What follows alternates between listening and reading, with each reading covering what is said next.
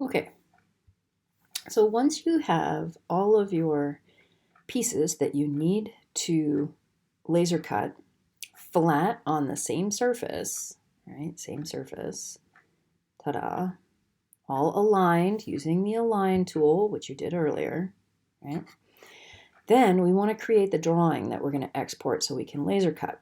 Notice I have all of the wooden things together and the acrylic things together. This is still going to get laser cut, right, around the outside. So what I want to do now is go over to drawing.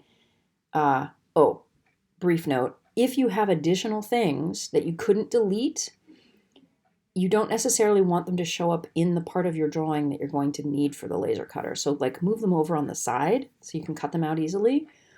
Or if you can delete them, just delete them. If you have 3D things to print, again, make a copy of your file, delete the things you can delete, and then you can make this drawing. So drawing from design, okay, whatever. And here, the really critical thing is that it needs to be the right sheet size, and we need it to be A2. Right? A2 is the same size just about as the laser bed. Okie dokie. Thinking. Thinking a lot. Zooming back out. Okay. Have some patience. It's always the hard part. Now, when this comes up, you'll see that this is 1 to 2. Right? We want this to be 1 to 1. If you don't do 1 to 1, zoom, zoom, zoom, it won't be the right size based on your scale that you actually have in your design. Now, this side view, you can see that they're all level. We don't actually need for the drawing part for the laser cutter. So I'm going to put it out here, right? And depending on how wide that is, I should be able to put it here, click, and then hit return. Okay, now I'm going to this projected view, click on that, to go select this edge view, and there's the rest of my design, right?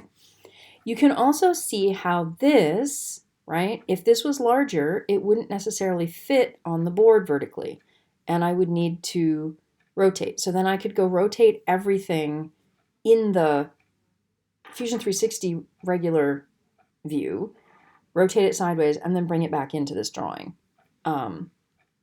Yeah, so that's the plan. Once you have this, you're styling. You're basically going to output to the PDF, right? It'll say all sheets, blah, blah, blah. Okay, fine. Yay.